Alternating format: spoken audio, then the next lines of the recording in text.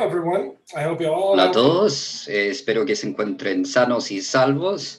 Bienvenidos a la siguiente charla de nuestra serie de webinars en astrofísica. El orador de hoy es Alexei Vikhilen, quien es profesor del Centro Harvard-Smithsonian para Astrofísica y copresidente del equipo de definición de ciencia y tecnología del Observatorio de Rayos X LINX.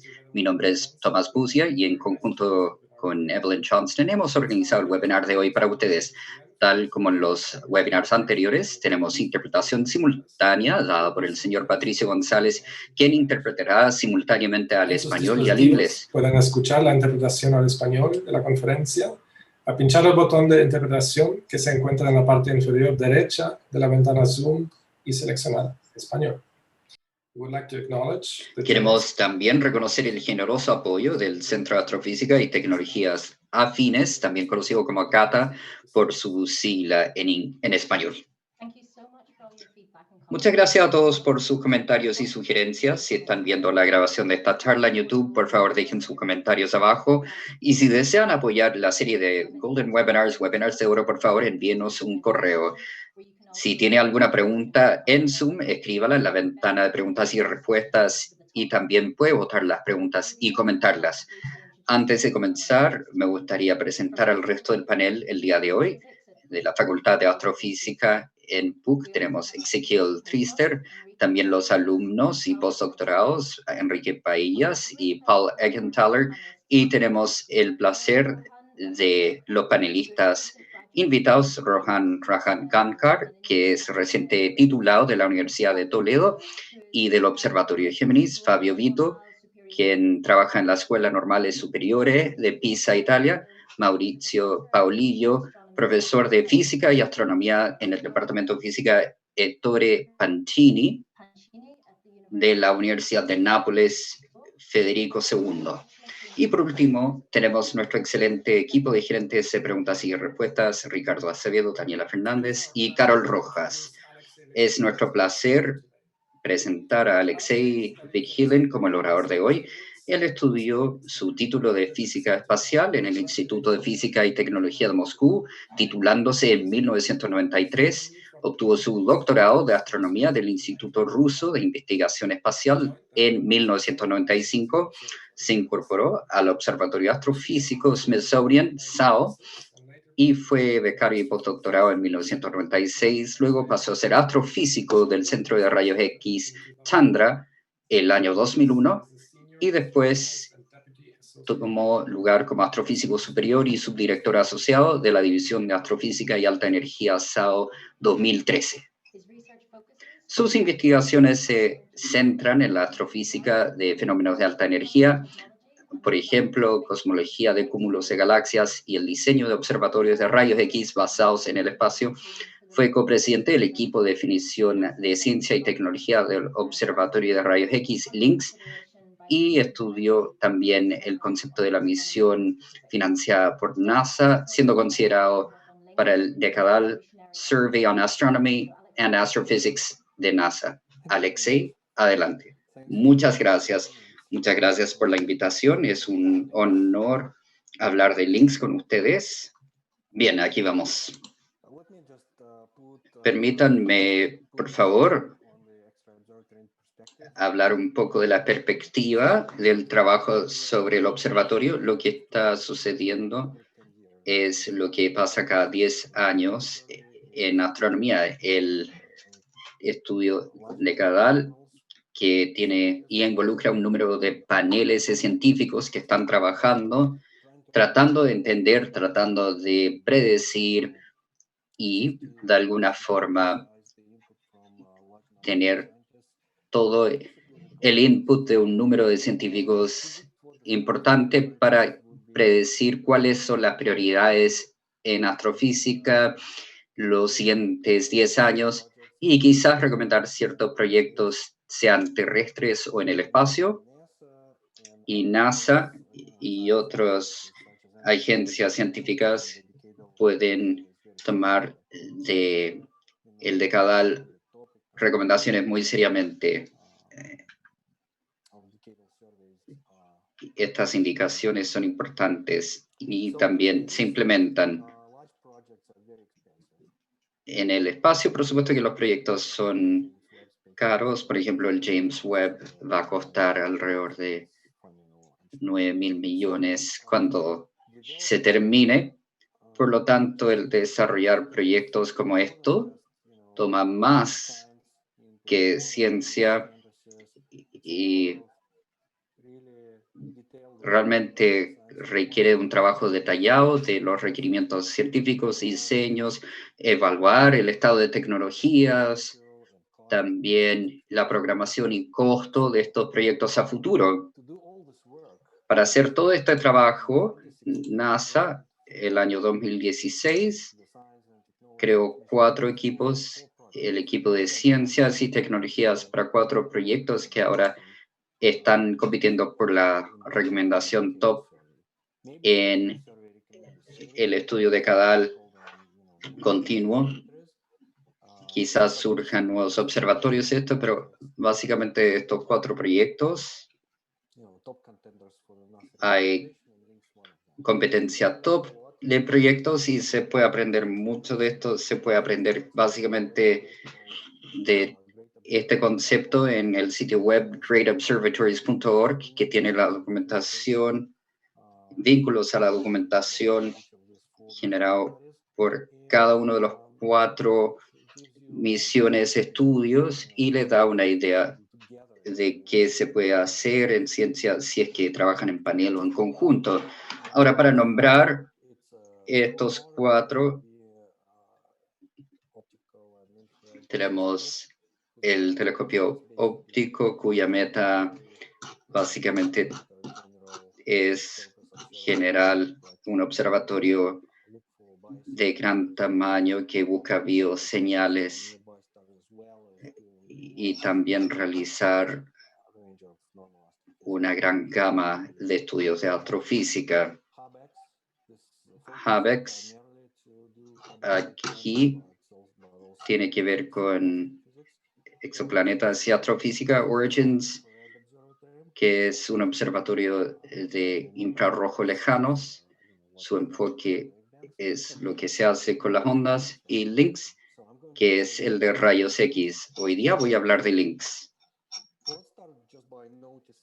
Ahora quiero comenzar notando que los rayos X, uno observa los sitios de la mayor cantidad de energía y de lecturas de energía de mayor tamaño, incluyendo distintos variones. Por lo tanto, las observaciones de rayos X son realmente requeridas para entender el cosmos.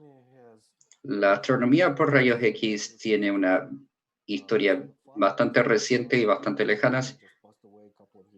Hace algunos años está el doctor que falleció hace poco. Aquí está, el año 2012, después del premio Nobel. Aquí está mostrando sus primeras mediciones. Él lanzó un detector muy sencillo para detectar rayos X en el cielo y ellos descubrieron 2 cosas. Aquí, esta gran área alzada en el estudio, que es una misión muy potente de un sistema binario X1. Y aquí vemos el nivel de medición y detección en esta área del cielo es mayor que el nivel detectado aquí comparándolo al fondo. Esta emisión total es el fondo cósmico que toma en cuenta la emisión total de un gran número de un tipo de distancia cosmológica.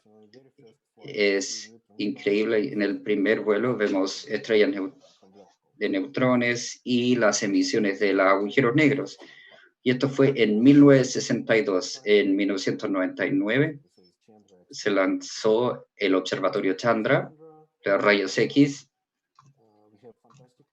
Con Chandra tenemos espejos increíbles que enfocan los rayos X casi tan bien como los telescopios ópticos utilizan luz óptica, y podemos ver la potencia de Chandra para ver objetos. Por ejemplo, en esta comparación,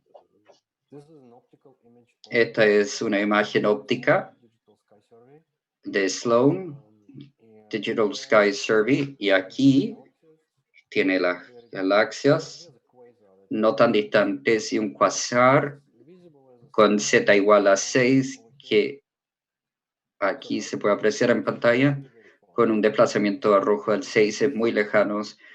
Es en una gran distancia.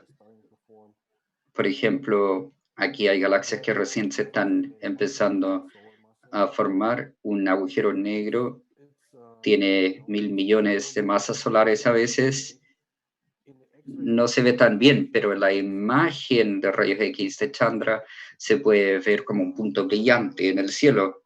Chandra tiene un área de recolección total que es igual del área de un telescopio óptico, que es de 30 centímetros, como este tamaño, como telescopios en el hogar. Es increíble en rayos X con un instrumento de este tamaño, de esta área de recolección tan pequeña, que uno puede estudiar agujeros negros y puede claramente identificar agujeros negros y puede observar grandes distancias.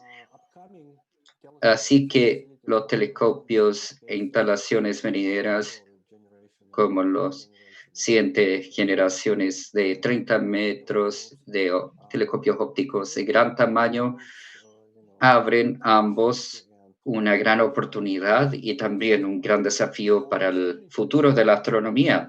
La oportunidad es que después de las observaciones, los estudios de rayos X, por ejemplo, de los primeros agujeros negros o formación de galaxia, sería el siguiente paso lógico. El desafío es las capacidades que se requieren para lanzar las instalaciones a futuro, y requieren la capacidad de Chandra en superar esa capacidad por 2 órdenes de magnitud.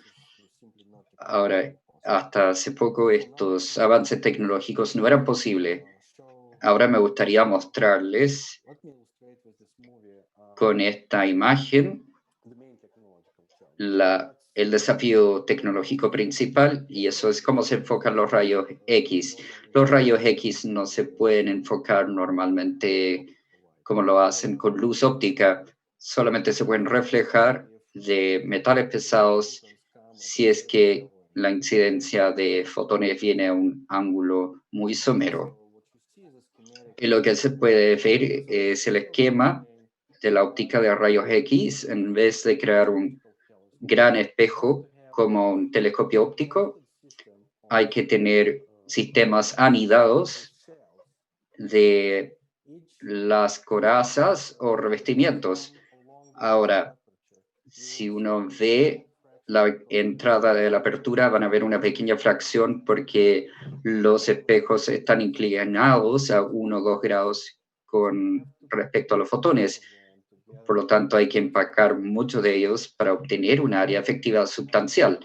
Pero aparte de eso, lo óptico es muy similar al telescopio tradicional. Hay uno primario y uno secundario, y se detectan para crear una imagen. Con los detectores en rayos X, típicamente se puede detectar fotones individuales, se puede medir la energía de fotones individuales. Así que hay bastante información que se obtiene. El truco es enfocar todos los fotones. Así que aquí hay una ilustración de la calidad y requerimientos. Chandra es tecnología de punta.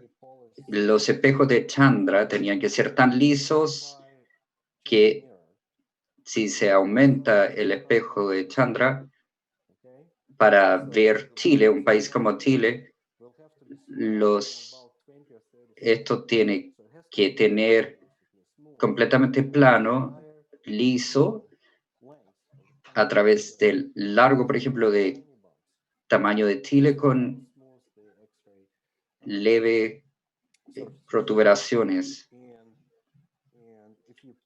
Ahora, si empacan muchos de ellos en un pequeño volumen, tendría que obtener una estabilidad estructural y también un mecanismo de cómo estamos produciendo ondas de luz y la superficie lisa. Voy a hablar de las tecnologías al final de la charla, pero básicamente los requerimientos ahora son imposibles de cumplir hasta hace unos pocos años atrás, y lo que sucedió durante el estudio de LINX es que se pudo demostrar y realizar que se puede fabricar estos espejos de acuerdo a estos requerimientos. Ahora, gracias a las inversiones en tecnologías en Estados Unidos, aquí un observatorio como LINX es completamente posible. Aquí está LINX.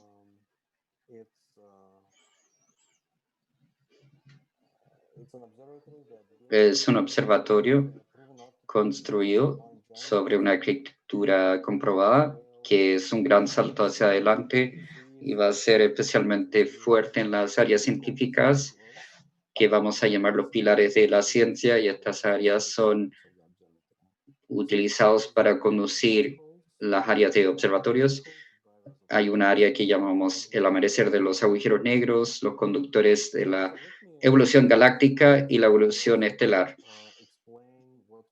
Ahora vamos a explicar de cuál es el objetivo con LINX y explicar de dónde provienen los requerimientos, y le va a dar un sentido de potencia de este observatorio. Ya les di algunos ejemplos científicos y al final hablamos de la tecnología.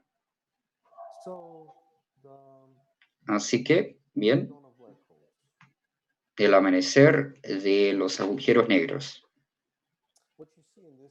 Lo que ven en esta diapositiva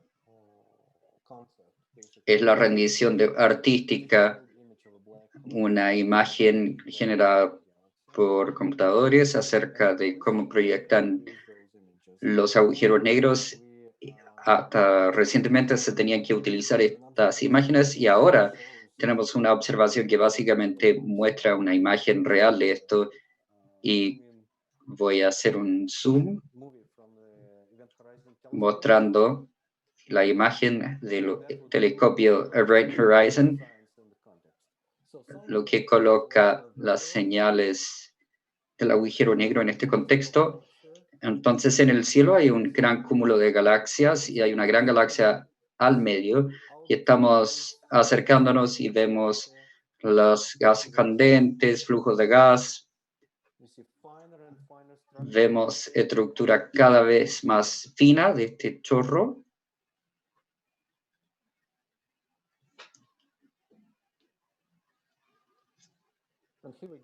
Y aquí está la sombra. Esto, sin lugar a duda, establece que hay un gran agujero negro al medio de la galaxia, y por la sombra se puede fijar uno donde está la masa del agujero negro. Es unos pocos miles de millones en masas solares.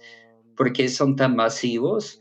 Resulta que un agujero negro en esta galaxia no es difícil llegar a este tamaño.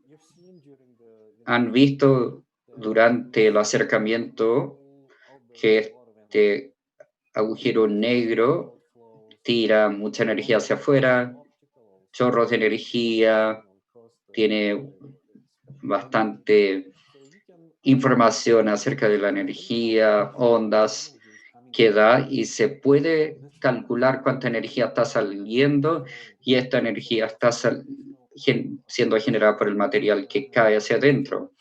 Por lo tanto, se puede calcular de acuerdo a esta cantidad de material que da este efecto potente.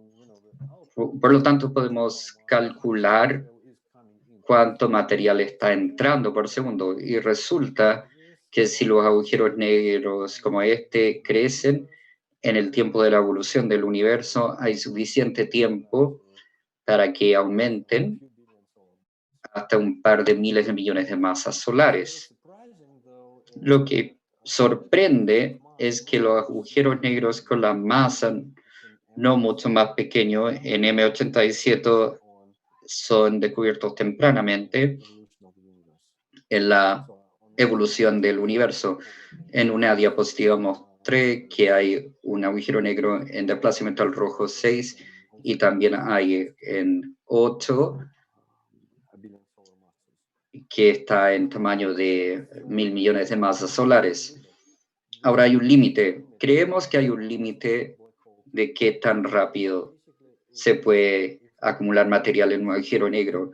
Si se acumula demasiado rápido, la emisión generada va a afectar la gravedad del agujero negro. En este caso, el material no se genera más energía, deja de fluir el material.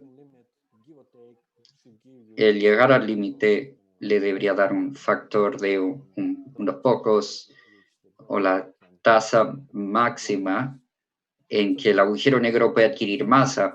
Resulta que no hay suficiente tiempo del Big Bang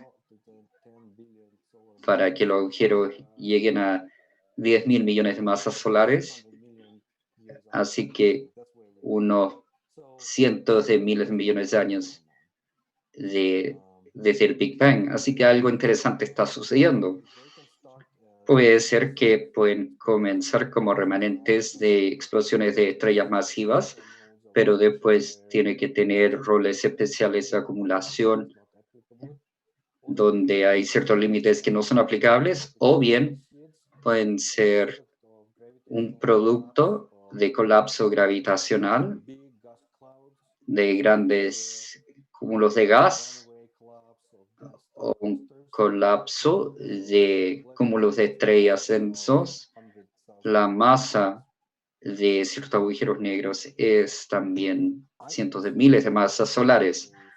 Y yo debería decir que la formación de agujero negro es una masa de 10 elevado a 5 masas solares, podría ser el evento más espectacular del universo, porque hay tanta energía generada en un corto plazo.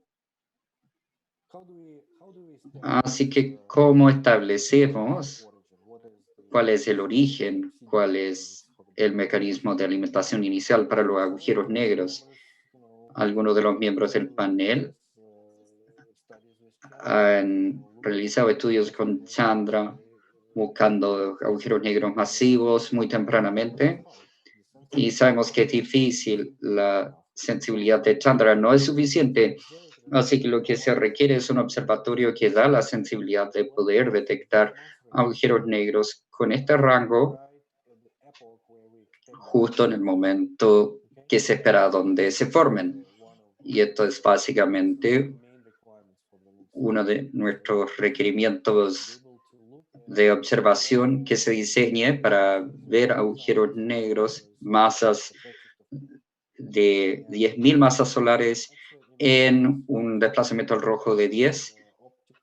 Aquí se tiene que ver imágenes de JWST y podemos ver en qué galaxias y desplazamiento al rojo se puede ver la generación de agujeros negros.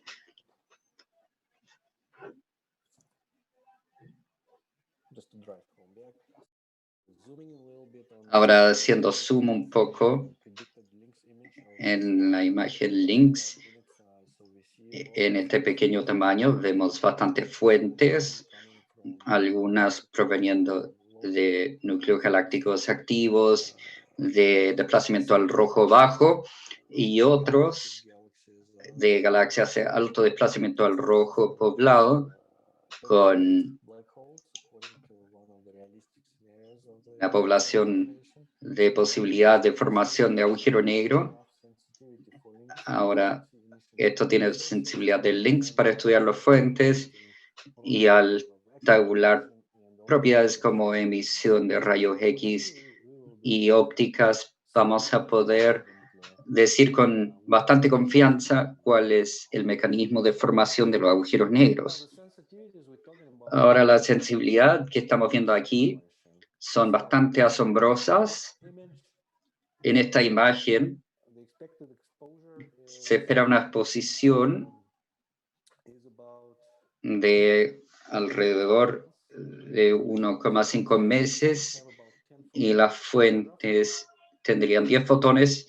Estamos recabando una fotón por semana de un objeto muy distante y con confianza podemos detectar esta emisión y no solamente utilizar esto para decir cuál es el origen de los agujeros negros de galaxias increíblemente distantes. La sensibilidad como esto enfatiza la potencia y cuánta información estamos extrayendo de los datos. Ahora vamos al segundo pilar, que son aquí la evolución galáctica. Estos datos increíbles están disponibles de datos estelares de polvo y gases fríos, que son parte de lo que es la formación del universo. No hay una teoría única que describe la formación exacta de la galaxia. Aquí hay una gran ilustración por una simulación que trató de producir inestabilidades en estas galaxias. Aquí vemos una casilla simulada por el mismo equipo con suposiciones físicas levemente distintas. Aquí vemos gas, temperatura gas al medio y las galaxias en el extremo derecho. No deberíamos ver mucha diferencia en las propiedades galácticas y eso es porque la física de la simulación está hecha para estudiar esto. Ahora, donde vemos la diferencia en la física, aquí en la distribución de temperatura del gas, en la producción de metales y algo de densidad. Creo que queda claro de ver estas imágenes que en lo óptico básicamente estamos viendo las consecuencias, el proceso, las consecuencias y el resultado de la formación de galaxias. Los conductores están aquí y principalmente se ve los conductores en los rayos X. Aquí vemos otra imagen de qué se espera y cómo uno puede aprender acerca de la evolución de galaxias. Lo que está ploteado es el modo de inyección energético esperado para galaxias.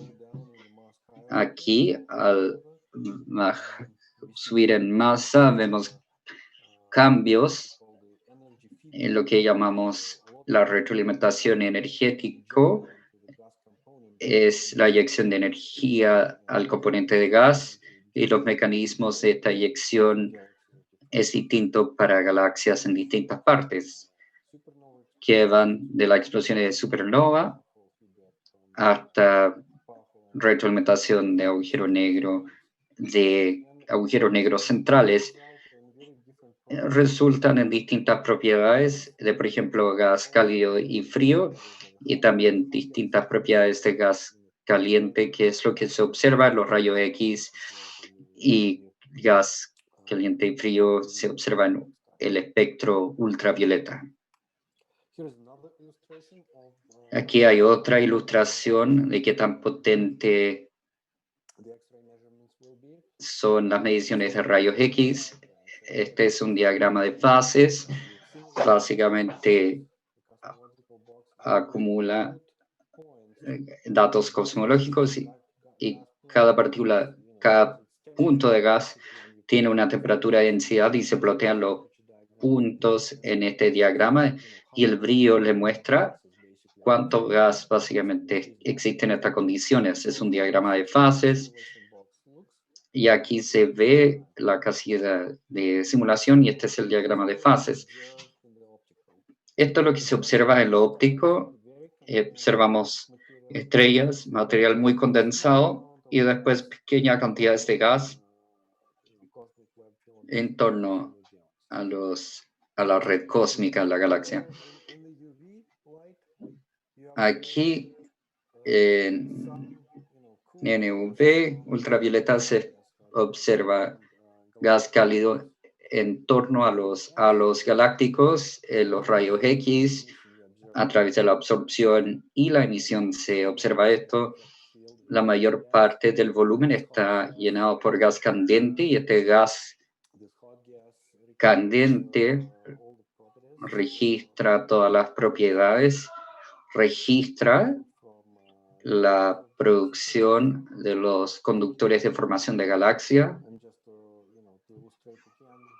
Y para ilustrar nuevamente una comparación y cuál es la evolución del gas candente en las galaxias.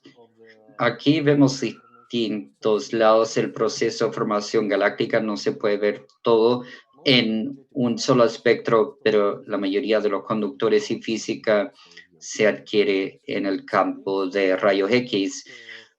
LINX está diseñado para poder ver gas candente de las galaxias, la red cósmica, emisión y absorción en una sola observación. Así que realmente deberíamos hacer buenas medidas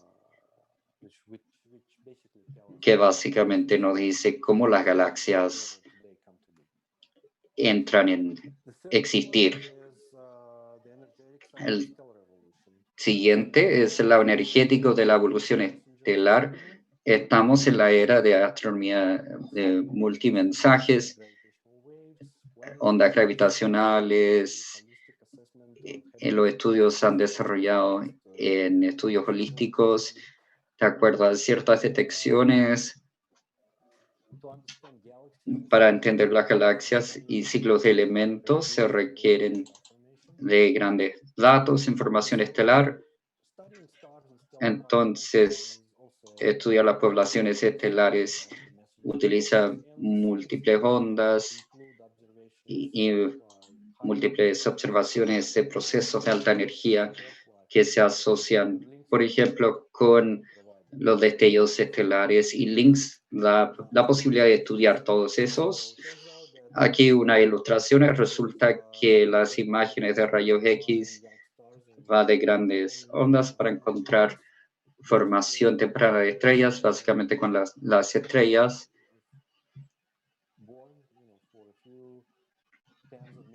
Están recién nacidas, rotan muy rápidamente y se ve estas emisiones que se observan los rayos X en Chandra.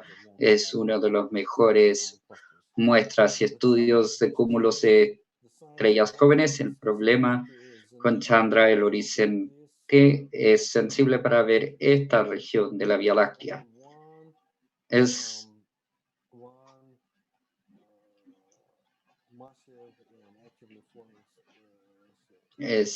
un área de región de formación de estrellas, la nebulosa de Orión, para estudiar regiones con distintos rangos de masas, distintas condiciones.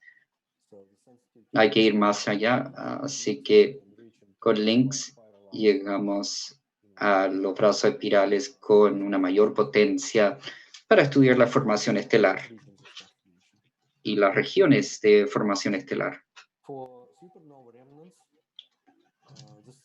Ahora, para remanentes es una gran forma de estudiar objetos. Los instrumentos actuales dan una proyección de supernova, así con Chandra pueden separar la distribución de distintos elementos, pero es difícil, realmente difícil, medir velocidades y cambios finos en la abundancia de metales y estados de ionización. Lynx tiene un microcalómetro que da la mejor resolución de los espejos. Con esto tiene una gran posibilidad de resolución. En vez de proyectar X, se espera ver el mismo objeto que va a producir datos a nivel de líneas individuales, donde hay estructuras finas y además de una resolución más sencilla de estados de ionización. Análisis de supernova con Lynx. Hay bastante sensibilidad para llevar los estudios a nivel extragaláctico, por ejemplo, para muerte estelar. Aquí M33, galaxia. Aquí en lo óptico ya obtenemos datos, pero con los telescopios vamos a recibir una buena temperatura, formación estelar. Los remanentes de supernova registran la respuesta al proceso de formación estelar dentro de los últimos 10.000 años.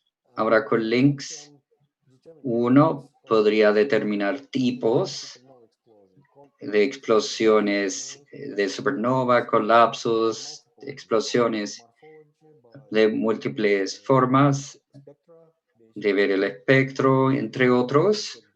Aquí básicamente espera vínculos de elementos y la explosión de supernova son distintos tipos, por lo tanto se puede tipificar las explosiones de supernova y realmente se puede rastrear la relación entre actividad de supernova y actividad de formación estelar en la galaxia, aparte de la Vía Láctea. Muy bien. Ahora hablamos de la capacidad de Lynx para los 3 pilares de ciencia. Hablan de distintas capacidades y una de las formas de compararlo es ver y compararlo el actual estado del arte, que es Chandra. Este bloque muestra que si la área efectiva de Chandra está normalizada a 1, entonces la área de Lynx va a ser 30 veces mayor. En factor, la sensibilidad es órdenes de magnitud mayor que la sensibilidad de Chandra.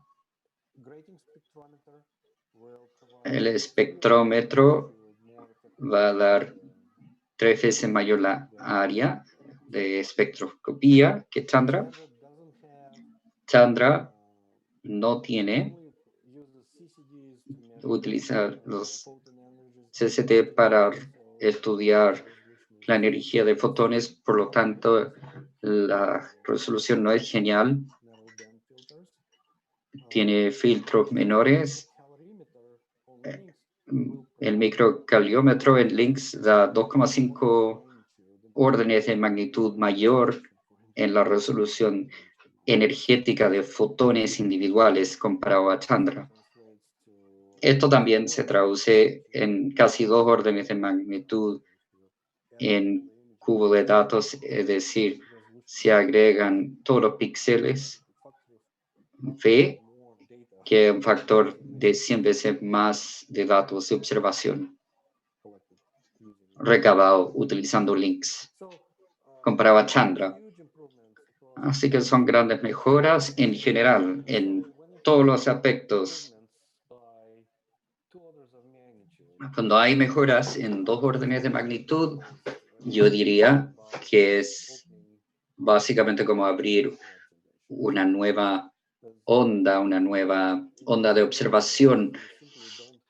En muchas áreas no existen cambios de los tipos de instrumentos actuales de que puede observar Lynx, porque Lynx va a ser 100 veces mejor, hasta 1000 veces mejor en algunos casos.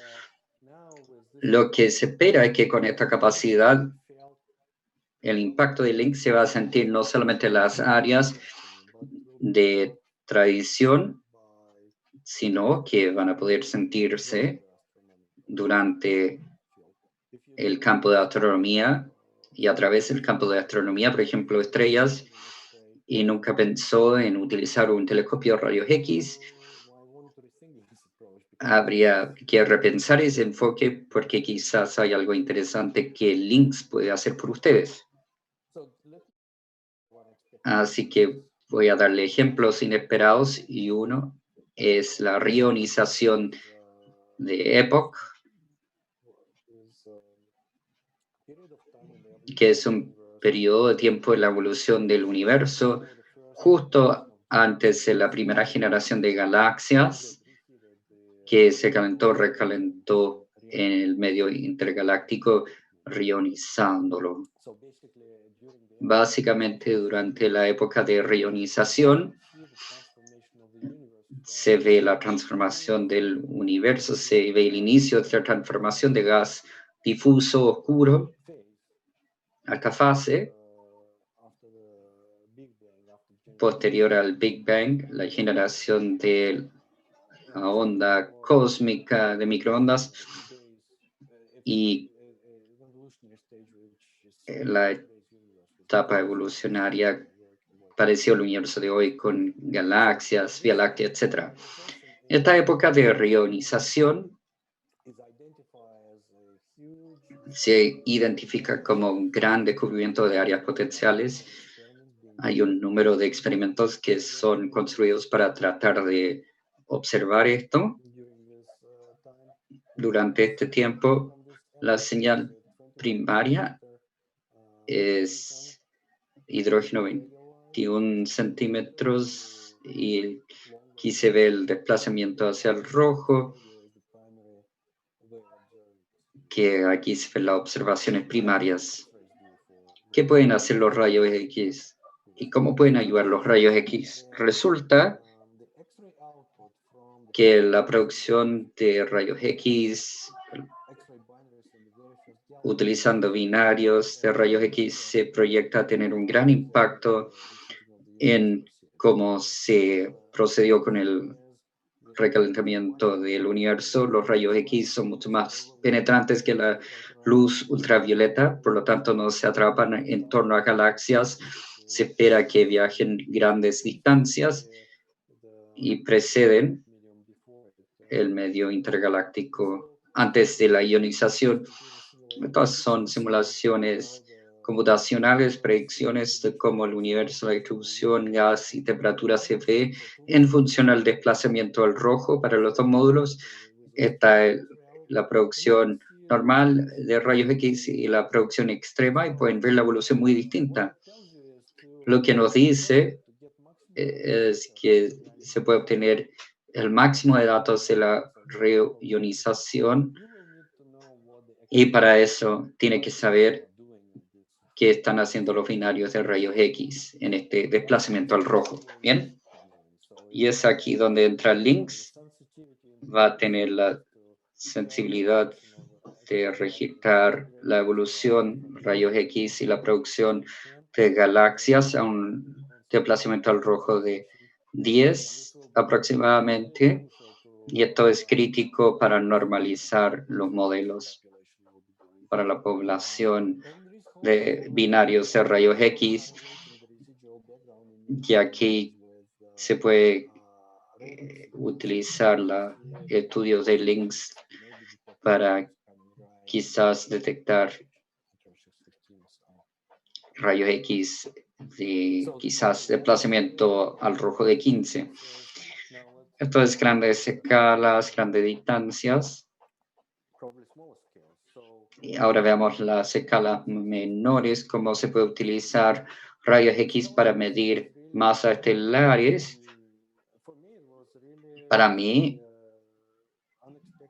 era muy inesperado como realización que la medición directa de masa estelar solamente está disponible en nuestras magnitudes solares, en la magnitud de estrellas en el sistema binarios. Todo lo demás en todos los otros lugares no es medido. Esto es un estudio de Carlos Frank. Nadie mide la masa estelar es una cantidad inferida. Se mide la luz. Se puede medir la luz en muchas bandas, pero se infiere la masa estelar. Todos tienden a estar de acuerdo en ciertas suposiciones que no están comprobadas, y esta es una declaración bastante interesante de un astrofísico muy conocido. Resulta que el microlensing de los cuasares de fondo es la única forma conocida directa de medir masas estelares. Ahora lo que sucede aquí es que si el cuasar está detrás de la galaxia en lensing, las estrellas de la galaxia se mueven y van a mover las regiones de amplificación máxima de lensing. Nosotros esperamos, el modelo muestra que debe haber órdenes de magnitud de variación de brillo cuando el campo estelar cambia por decenas de microsegundos. Así que al observar fluctuaciones en estas imágenes múltiples, tiene una forma de medir la masa de las estrellas. Así que aquí el microlensing ve los destellos tipo flickering, y también en esta pequeña cantidad de sistemas estudiados se puede medir la población estelar.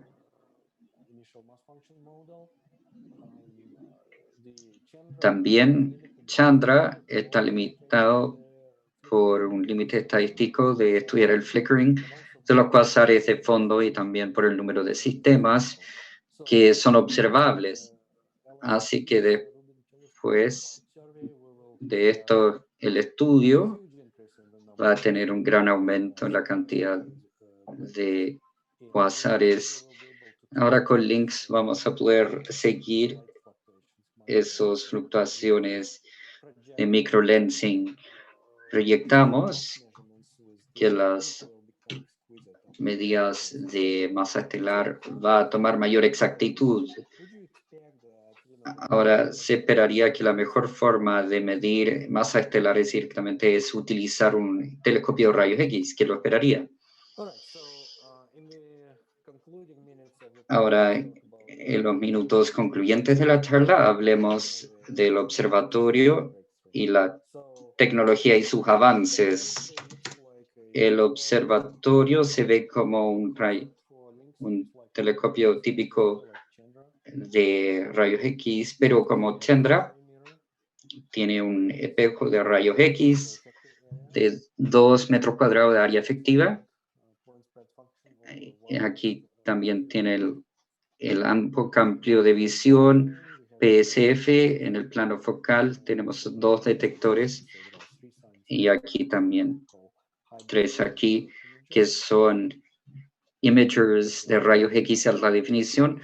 El microcalorimetro, que toma píxeles en un segundo, cubriendo una vista de 5x5, con 2 arrays adicionales optimizados para imágenes más finas.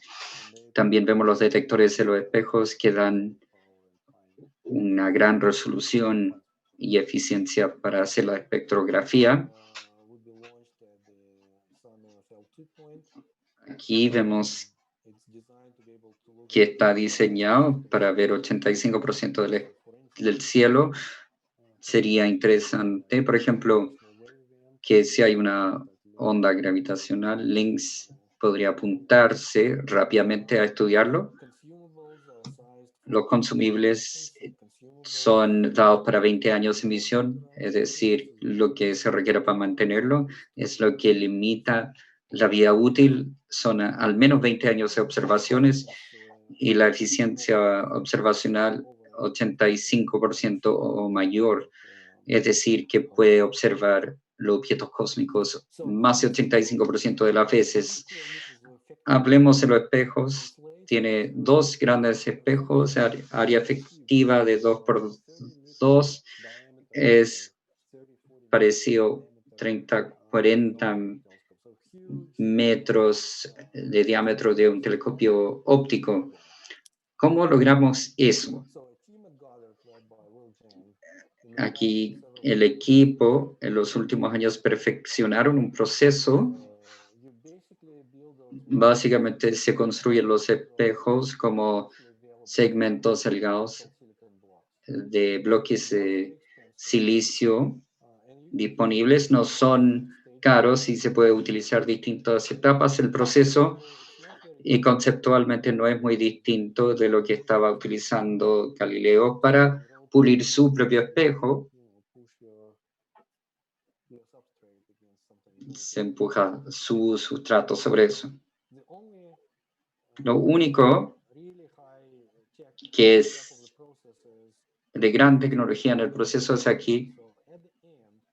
Hay que agregar que hay una forma muy eficiente de realmente traer la superficie de vuelta a la forma del diseño, a quitar algunos nanómetros aquí y allá sin sacrificar la calidad de superficie. Así que este espejo es creado de segmentos y los segmentos son mucho más difíciles de gestionar o manejar individualmente que grandes espejos como los que se utilizan en el telescopio gigante magallánico. En algunas pueden ver que se puede manejar manualmente el material. Esto es muy eficiente. ¿Saben cuánto cuesta crear un segmento? ¿Cuánto tiempo toma? Se va por todo esto, se avanza y un bloque se transforma en segmento de espejos de alta calidad y un bloque residual que se puede mandar al inicio del proceso y después en un tiempo termina con otro segmento y nuevamente y nuevamente. Y se puede repetir, se puede mandar en paralelo, se puede crear muchos de ellos, millones, en una cantidad de tiempo. Hay casi 40.000 segmentos, lo mismo para los módulos, 611 módulos de espejos, 50, 60 espejos por módulo. Los módulos se integran a una estructura de soporte que es una metacoraza y aquí conceptualmente es lo mismo que el espejo Chandra y después las metacorazas se unen para un armado. Ahora, desde el punto de vista de ingeniería y de producción, normalmente hay que considerarlo de otra forma. Es un armado único dividido en 12 con metacorazas. Cada metacoraza tiene alrededor de 50 módulos. Cada módulo tiene 60 segmentos. Es una estructura jerárquica y en la jerarquía no hay más de 50, 60 elementos. Yo diría que no es un gran desafío ingenieril para unir 60 segmentos para obtener esta gran resolución. Así que se puede producir en masa el espejo, es modular y el proceso se puede hacer en paralelo, se puede lograr en unos pocos años. Va a demorar unos años para un armado como este. Y justo antes de concluir, voy a enfatizar qué tipo de ganancias esperamos ver el componente de imágenes al comparar Chandra con Lynx, con lo que esperamos ver de Lynx a la derecha. Es increíble la diferencia en cuanto a brechas y la uniformidad. Nuevamente esperamos tener un 0,5 ArcSec PSF y un espejo con los detectores va a dar 50 veces la producción de Chandra. El diseño óptico por los espejos, como son cortos y pequeños, se pueden posicionar, va a dar una buena función de acuerdo al campo de vista. Esto tiene también un campo de vista de 22 por 22 y en Chandra hay una buena resolución en el área central de la vista. La área donde se espera buenas imágenes es 20 veces lo que es entregado por Chandra. Si combinan las ganancias y producción, es casi 1000 veces lo que se gana en la velocidad de estudio de Chandra. Es una mejora por 1000 en cuanto a estudiar los desplazamientos al rojo o cúmulos estelares en el universo. Los componentes espectroscópicos tienen ganancias drásticas, como anteriormente mencionado, que es casi 3 órdenes de magnitud, 800 veces la producción de Chandra y casi 7 veces la orden de magnitud. Un espectro como este que observamos hoy en día, que tiene múltiples líneas fusionado de esta forma, en este gráfico de líneas, se espera que llegue a líneas individuales con mayor resolución, como este gráfico. El microcalorímetro puede mejorar las capacidades que tiene que ver con el paralelo de lo óptico.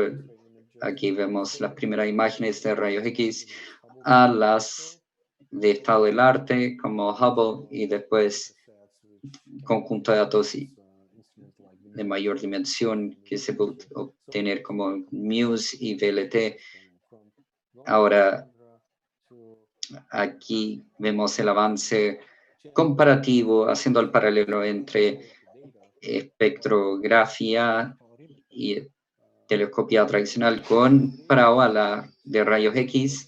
La ganancia es lo que se esperaría, por ejemplo, en los telescopios ópticos desde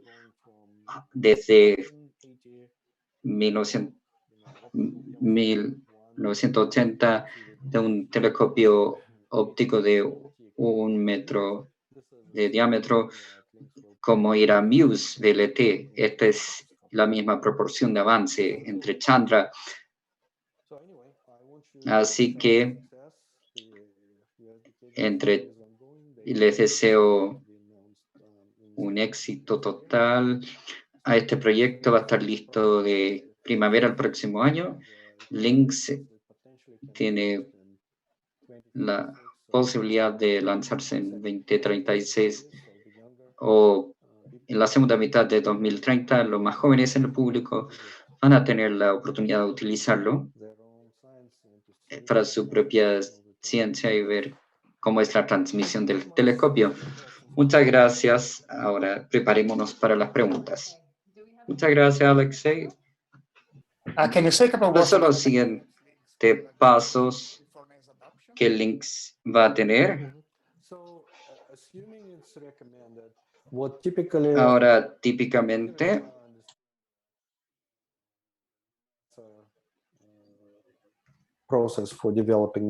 al proceso NASA de desarrollo de misiones,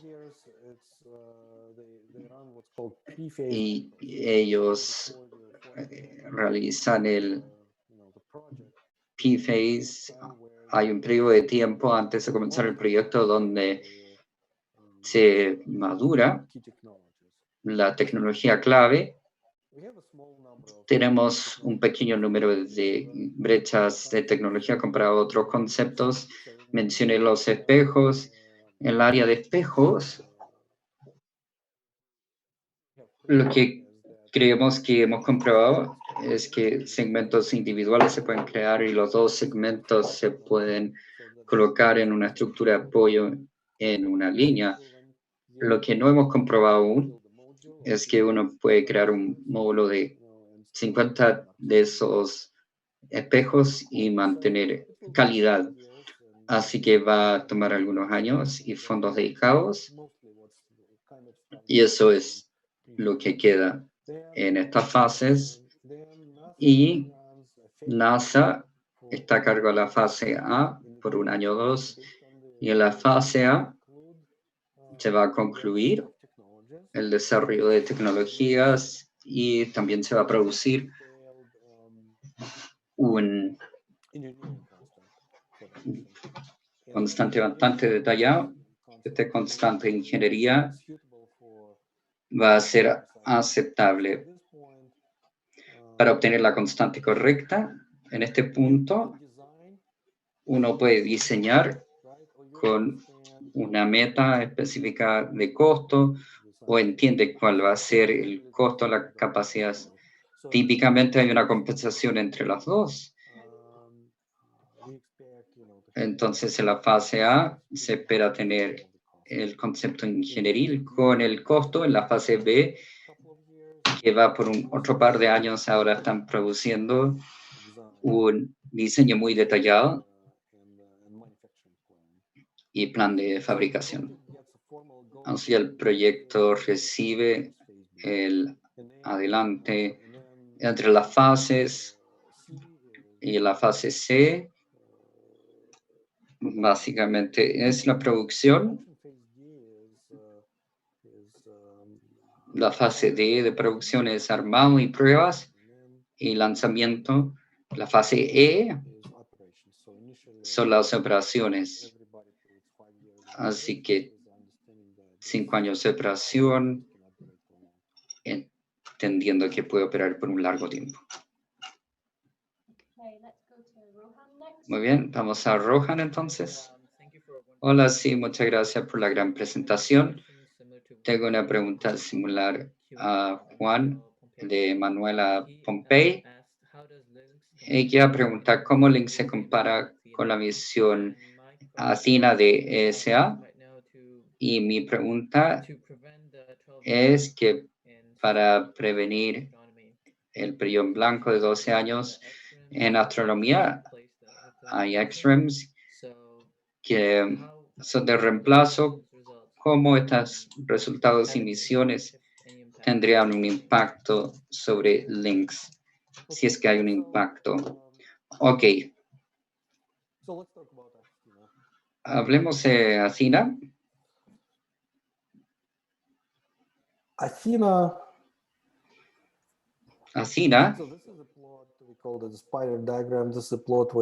Este es un ploteo, por ejemplo, lo que vemos en pantalla. Ploteamos la capacidad en relación a Chandra. Y si ven colores, este azul es la capacidad de links, y el rojo es Athena. Entonces, Athena está avanzando, pero no va a tener ese nivel de calidad de imágenes. La meta es 5 arc segundos y estos 5 arc seconds no llega a alta sensibilidad por efectos de confusión con la fuente. De hecho, la confusión de fuente para Athena va a llegar antes de que llegue a los otros niveles que son logrables con Chandra. Así que no está diseñado para estudios de alta sensibilidad. Está diseñado con distintas metas. Casi puede ver que la mayor parte de la ganancia aquí de Athena comparada a Chandra es la dirección opuesta. está en el campo visual, que da la capacidad de ejecutar grandes estudios del cielo, un área altamente efectiva, capacidad de realizar mediciones, líneas de áreas de los agujeros negros. Lynx y Athena son misiones complementarias, misiones con distintas metas científicas. Estamos muy contentos que Europa está avanzando con Athena y Athena no está compitiendo con nosotros, no está compitiendo directamente. Son distintos enfoques fundamentales de ciencia. Misiones más pequeñas como CREASE y otros lanzados el año pasado, ellos son aún más acotados. Por ejemplo, el enfoque principal en uno de ellos es encontrar un microcaliómetro. Así que esto va a dar grandes aumentos en este eje, pero solamente 16 píxeles en imagenología. Por lo tanto, no es de imágenes detalladas. CREASE es bueno para trabajar espectroscopía detallada y en realidad no mucho más que eso. Ahora, los trans surveys es algo distinto y no hace mucho más que eso. Lynx, por lo tanto, es de clase de gran observatorio como Hubble. En el ámbito óptico, por ejemplo, hay muchas áreas donde se pueden utilizar estas instalaciones. Muchas gracias. Vamos a Enrique ahora. Muchas gracias por la gran charla. Tengo curiosidad de cuál es la probabilidad de éxito del proceso de lanzamiento de un observatorio al espacio. Por ejemplo, basándose en misiones anteriores, hay una posibilidad de tener un fallo catastrófico. Todavía tenemos que cruzar los dedos o es poco probable que algo suceda hoy en día. Sí, es una buena pregunta. De hecho, es algo que uno olvida después de un tiempo. Primero, tenemos que saber que el diseño de Lynx calza en cohetes normales, no necesita la nueva generación de cohetes para lanzarlo. La masa es 10 y 3 metros por los espejos, entonces calza en los cohetes tradicionales. Algo como un lanzador Delta 4 se ha utilizado múltiples veces y lo utiliza para lanzar satélites, miles de millones de dólares. Siempre hay una posibilidad que algo explote, ¿verdad? Pero realmente es capacidad de estado del arte y Lynx no requiere algo especial. La estabilidad del punto es el mismo que requiere Chandra. Ha sido logrado y demostrado. Muy similar a Chandra en ese sentido. Masa similar a Chandra, térmico, temperaturas de la nave, lo mismo que Chandra. Básicamente es algo que ya ha sido comprobado y esto antes no es nada fuera de lo ordinario. Todos los elementos distintos está concentrado en fabricar los espejos y los píxeles. Muchas gracias. Creo que Ezequiel tiene una pregunta. Sí, muchas gracias y muchas gracias. Estoy contento de esta gran charla, muy interesante. Tengo una pregunta quizás que es muy temprana de preguntar. Muchas de las metas científicas de Lynx van a requerir tiempo de observación extendido, por ejemplo, buscar los seeds de agujeros negros que requiere muchas investigaciones y tiempo de observación. Hay planes o discusiones de qué fracción del tiempo se va a dedicar a los proyectos claves y observaciones regulares. Tengo otra pregunta, quizás para después. Es una gran pregunta también. Así que lo que hemos hecho es que hemos destacado el programa de ciencias y vamos a encontrar un informe en el sitio web, pero básicamente en hacer los pilares de ciencia va a requerir ejecutar múltiples proyectos. Nuestra visión es que solamente los estudios profundos, porque es multipropósito como investigación, todo lo demás está completado. Nosotros creemos que es la forma más eficiente de utilizar la instalación y las metas de ciencia se van a quedar tan emocionantes como creemos que van a ser. Así que la gente va a querer ejecutar este tipo de observación, así que las propuestas van a medir y ejecutar el programa. Así que en términos de lo que se destaca, vamos a necesitar 50% de los observatorios de links disponibles los primeros 5 años, el otro 50% es para algo inesperado que ni siquiera sabemos qué puede ser. Los estudios profundos, deep surveys, para los seeds de agujeros negros. Ahora, creo que es un programa de 25 megasegundos, es un estudio de un pie cuadrado, como de un tamaño de una torta, con muestra este tipo de información. Ahora, esta parte que demora un año en tiempo de observación de links, ahí tendría sentido tenerlo como proyecto clave. Todo lo demás creo que es mucho más eficiente ejecutarlo en un periodo completo. Ok, muchas gracias. Muy bien. Ahora voy a las preguntas y respuestas. Hay una pregunta. Robert Nikuta me preguntó si la impresión 3D está cercano de lo que se requiere para lo liso, delgado y estable para los cilindros de reflejo. Es interesante levantar este tema. La impresión 3D,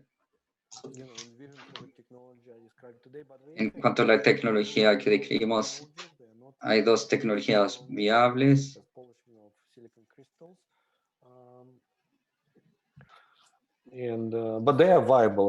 Pero son posibles, así que quizás que Lynx tiene esta tecnología ahora, quizás exista esta tecnología a futuro, por ejemplo, elementos controlados de sustratos de alguna forma, y hay una empresa confiable de Estados Unidos que ha estado investigando utilizando impresión 3D para crear los sustratos. No sé más que eso, es una empresa comercial. No han dado el estado nuevo, pero estaban jugando con ese concepto. Mauricio, ¿tiene una pregunta? Sí, muchas gracias, Alexi. Tengo dos preguntas. Una era de qué tan confiable es de que se puede tener un PCF uniforme y confiable que es mostrado en parte en el diagrama. Y lo segundo lo tomo directamente de la pregunta. Yo tenía la misma pregunta y es una pregunta de Jonathan Creola, que quería saber si el satélite iba a tener capacidades para seguirlo transiente, que puede ser una ciencia clave a futuro? Ambas son grandes preguntas. La primera acerca de la estabilidad del PSF. Estamos muy confiados de que no hay algo mágico ahí. Es bastante liso y sencillo. La razón de que proyectamos que Lynx es mejor que Chandra es que por naturaleza de los espejos creados de segmentos, los espejos serían más cortos, así que los espejos en Lynx están a 10 centímetros para el primario y es casi 20 centímetros el largo. Los espejos de Chandra son 1,5 metros de largo y la necesidad de que Chandra se tiene que relacionar al proceso de fabricación estaban pulidos de gruesos bloques de vidrio, llegando, los bloques son gruesos, así que hay que tener espejos largos separados adecuadamente. Los espejos de Lynx son mucho más cerca a la aproximación de lentes delgados y están a mitad del peso para estabilidad. El otro punto es que con los espejos delgados se pueden implementar el esquema de algo distinto a Walter One que se utilizó para Chandra y se pueden desplazar un poco en el eje X para crear el plano focal y que sea la mejor superficie focal uniforme. La forma en que se crean los detectores es para el dispositivo de imágenes y se basa en sensores de píxeles activos. Nosotros inversionamos muchos de ellos construidos de forma lisa, utilizando la mejor superficie, comparando esto y todos estos factores. No tiene nada mágico, como había dicho, es puramente consideraciones y estamos viendo cercanamente la estructura y si es difícil implementarlo o no, y no lo es. Así que sí, tengo plena confianza de que sí puede obtener punto 5 en observación. Y la segunda pregunta, la capacidad de slewing. Entonces, estamos viendo de esto durante el diseño inicial. Resulta que en principio Lynx puede apuntar desde donde está a 90 grados a una nueva posición en 40 minutos. Así que la cuella de botella no es que tan rápido es, sino cómo se opera. Un reposicionamiento instantáneo se hace con instrumentos Vortex, operando en modo totalmente automatizado. Un proyecto de $5 mil millones, ese tamaño, esperamos que nadie va a operarlo de una forma negativa. El cuello de botella sería mandar un no componente importante.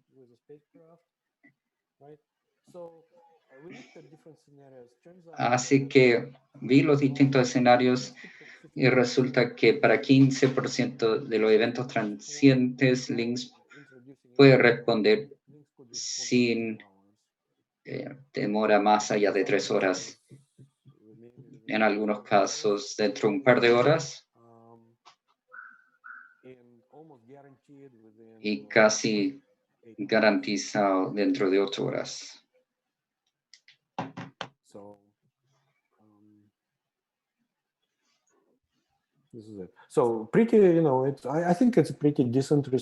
Creo que es una respuesta bastante buena.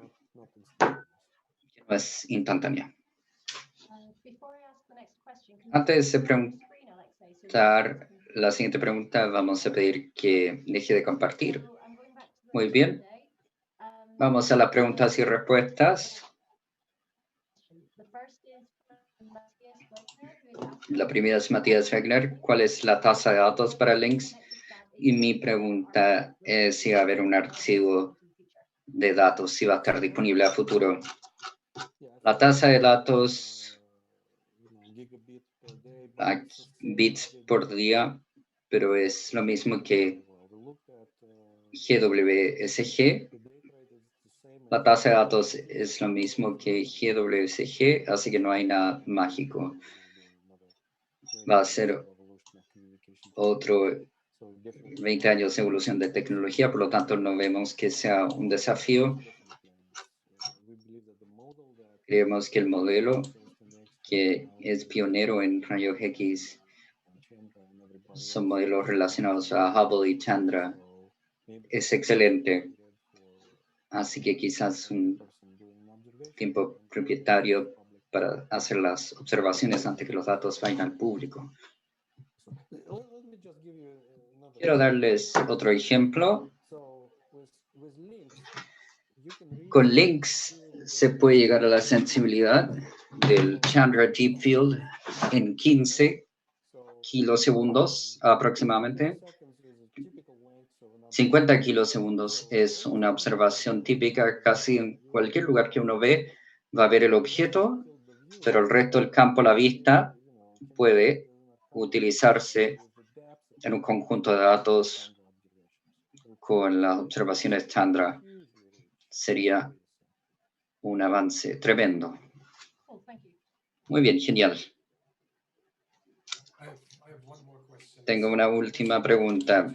En relación a lo que ya dijo, LINX va a ser el primer telescopio que va a ser capaz de hacer un estudio limitado por el universo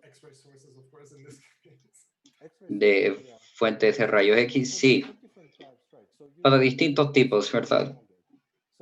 Fijamos el objetivo, el Spectrum X Gamma también es limitado por volumen en cierto sentido porque está diseñado de observar conjuntos de galaxias y la sensibilidad da el redshift.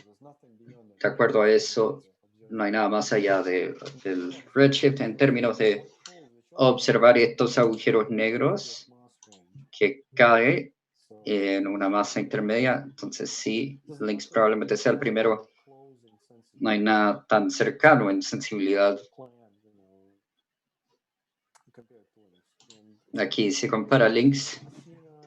Athena no llega a la sensibilidad de LINX. Así que sí, espectacular. Espero que huele bien. Genial, sí, yo también. Genial. Ok, muy bien. Muchas gracias a todos. Muchas gracias a Alexei por tomarse el tiempo. Ha sido mi placer.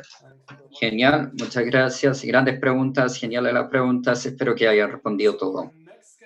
Así que la siguiente charla, los webinars de oro, el 13, dado por Bob Williams, del Instituto de Space Telescope, que va a hablar del universo distante con el telescopio Hubble, que nos va a contar de campos profundos, entre otros.